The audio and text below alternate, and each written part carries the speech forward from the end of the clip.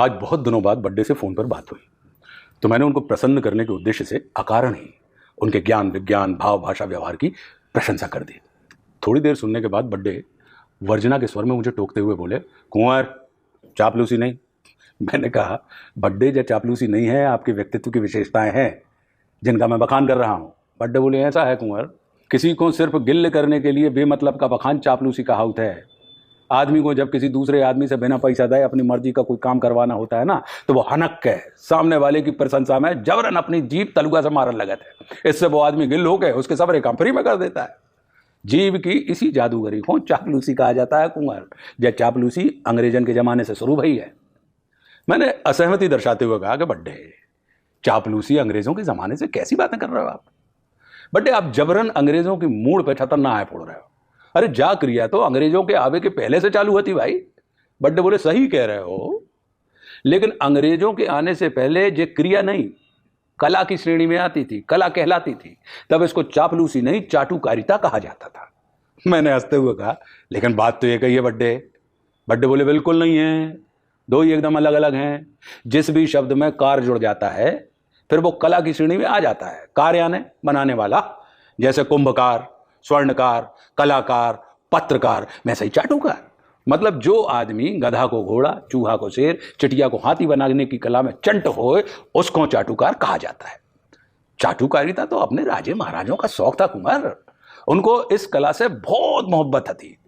इस कला को बढ़ाने के लिए राजे महाराजों ने अपने दरबार में किस्म किस्म के कलाकार पाल पोस कर रखे थे।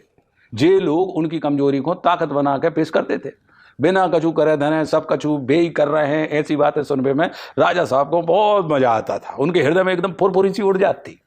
राजा साहब ने भला ही एक चिरैया ने मारी हो, मानो जे लोग माने चाटुकार चौतरफा ऐसी बमचक मचाते थे कि राजा साहब को खुद ही लगने लगता था कि असल में बेई हैं जो पूरी धरती को अपनी मूड़ पर धरे हैं और जस दे रहे हैं शेषनाग भगवान को। भले ही राजा साहब ने युद्ध के मैदान में कबहू गलती से भी न ढूंका हो, मगर भाई साहब चाटुकार अपनी कला से उनके युद्ध का ऐसा वर्णन करते थे कि तख्ता पे बैठे बैठे राजा साहब को हाले मर जाती। अब गर्जन लगाते कि हम पहली वाणी में बोलत नहीं, दूजी में नहीं करते रार, और तीजी वाणी में छोड़त नहीं, मुंह में ठूंस दे तलवार। कुल मिला के जे लोग राजा साहब के रफूगर होते, इनका काम होता था कि राजा साहब के मुंह से निकली भाई कोई भी ऊट पटांग बात को ये येन गेन प्रकार सही सिद्ध कर दे। मान लो राजा साहब ने निशाना साध के अंधाधुंध तीर चलाए और उनका एक भी तीर निशाने पर नहीं गला, तो चाटुकारों का काम होता था कि जहां जहां राजा साहब के मारे भाई तीर लगे हैं वे भां भां गोला बना दें और प्रजा में जब बात साबित कर दें कि राजा साहब ने हर तीर गोला के ठीक बीचों बीच सटीक निशाने पे मारा है और उनके जैसा तीरंदाज इस धरती पर दूसरा नहीं है। इससे राजा साहब गिल हो जाते और इन चाटुकारों को पद पैसा प्रतिष्ठा से मालामाल कर देते। याद रखो, अच्छा चाटुकार सिर्फ गोलची नहीं डोलची भी होता है। राजा साहब की फुटबॉल अगर गोल में नहीं गई तो इनका काम होता था कि जहां फुटबॉल जा रही है वहां पे जो गोल पोस्ट रख दें। चाटुकारिता बहुत ऊंची कला है। इसको चापलूसी बना के अंग्रेजों ने इसका सत्यानाश कर दिया है कुंवर। आजकल आगे बढ़ने के लिए पीछे लौटना पड़ता है, इसलिए चापलूसी के चक्कर में तुम न पड़ो, क्योंकि वो फट से पकड़ में आ जाती है और आदमी बेइज्जती करता है, वो अलग से है। अगर तुम तरक्की करना चाहते हो तो चाटुकारिता सीखो। ये विशुद्ध देसी और प्राचीन कला है। इससे काम भी बनेगा और इज्जत भी मिलेगी।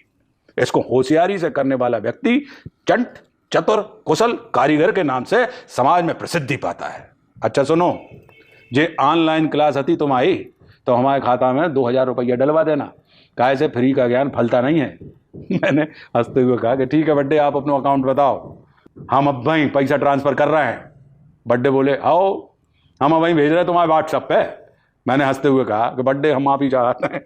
अब वहीं आपने बताई कि फ्री का ज्ञान फलता नहीं है, तो हमने आपसे बात करते करते अपना व्हाट्सएप अकाउंट डिलीट कर दिया है, क्योंकि उस पर फ्री का ज्ञान ही दिया जाता है। ये सुन के बड्डे जोर से हंसे और ठहाका लगाते हुए उन्होंने जय सिया राम कहा और फोन कट कर दिया।